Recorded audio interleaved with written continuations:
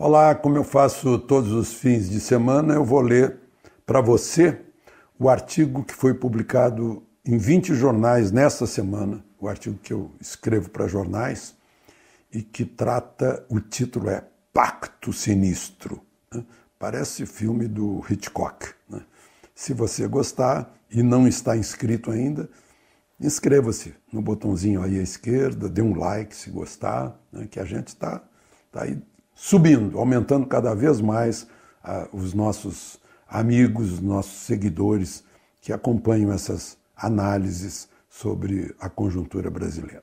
Então, vou ler para você. Pacto Sinistro. Aí eu conto.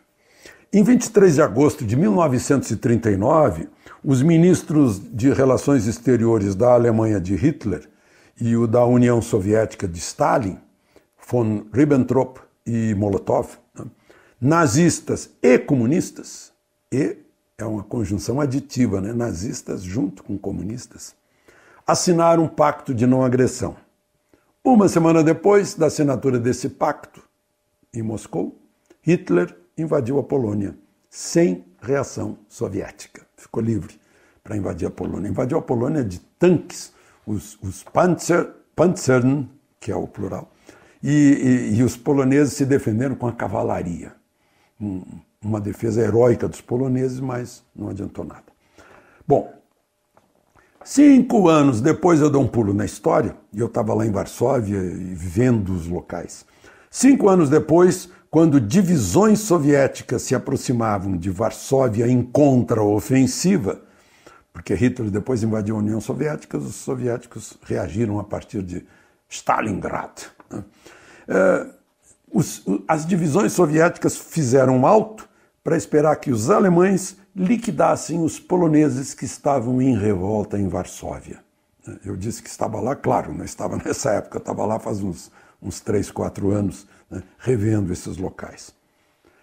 Os soviéticos esperaram do outro lado do rio, depois entraram e liquidaram os alemães, depois que os alemães liquidaram os poloneses em revolta.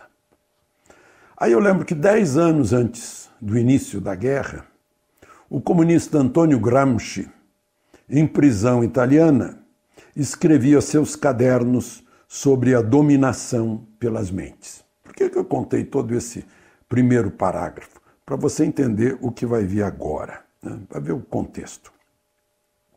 Aqui no Brasil, nesses últimos 30 anos, o pacto do nazismo com o comunismo voltou a ser aplicado, não para destruir a Polônia, mas para destruir o Brasil. E quase conseguiram. O nazismo entrou com a máxima de Goebbels, de que a mentira repetida se torna a verdade. E o comunismo contribuiu com os ensinamentos de Gramsci, aplicados no ensino e na informação para conquistar as mentes com o sectarismo usual de nazistas e comunistas, muito próximos. Meu amigo Paulo Velhin, que foi presidente da Federação das Indústrias do Rio Grande do Sul, foi um introdutor da televisão a cores no Brasil, com a sabedoria de seus 90 anos, demonstrou que fomos usados como cobaias num projeto fracassado. Para não ficarem expostos como fracassados, agora sabotam as soluções como se não tivessem pátria.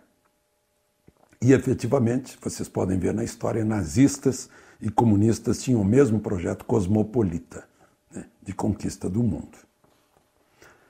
A sabotagem pela pregação do pessimismo que levou a esse resultado do PIB no primeiro trimestre, a que eu me referi essa semana.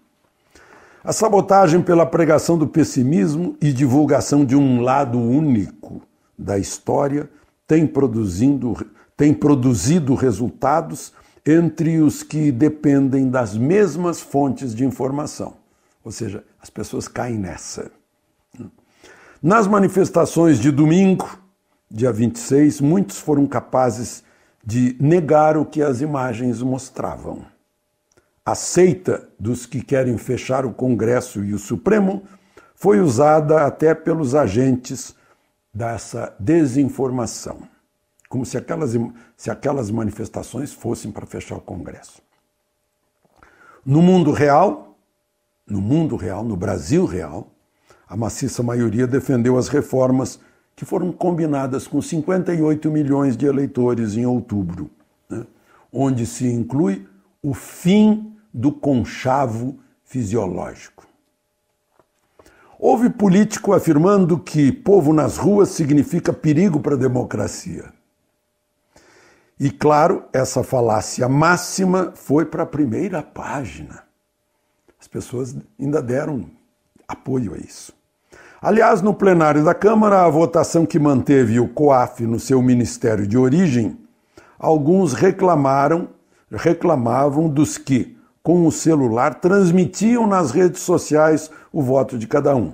Não queriam que seus mandantes soubessem de como estavam votando os mandatários. Eles não querem transparência, né? Quando acham que estão com a consciência pesada por votarem em benefício próprio, né? Com medo do Sérgio Moro. Até vou contar para vocês que estão pensando em fazer um novo COAF para administração conjunta, como eu disse, a 4 mãos, Paulo Guedes e Sérgio Moro. Bom, último parágrafo do meu artigo, que foi publicado esta semana nos jornais. Povo na rua, contra e a favor do governo, como a gente viu nessa semana, de domingo para cá, é a democracia agindo, funcionando, expressando vontades. As ruas digitais cumprem papel semelhante, agrupando, socializando, agregando vontades e forças de onde emana todo o poder do povo. E são todas um bom antídoto para a associação Goebbels-Gramsci. É um 2G do passado. De Brasília, Alexandre Garcia.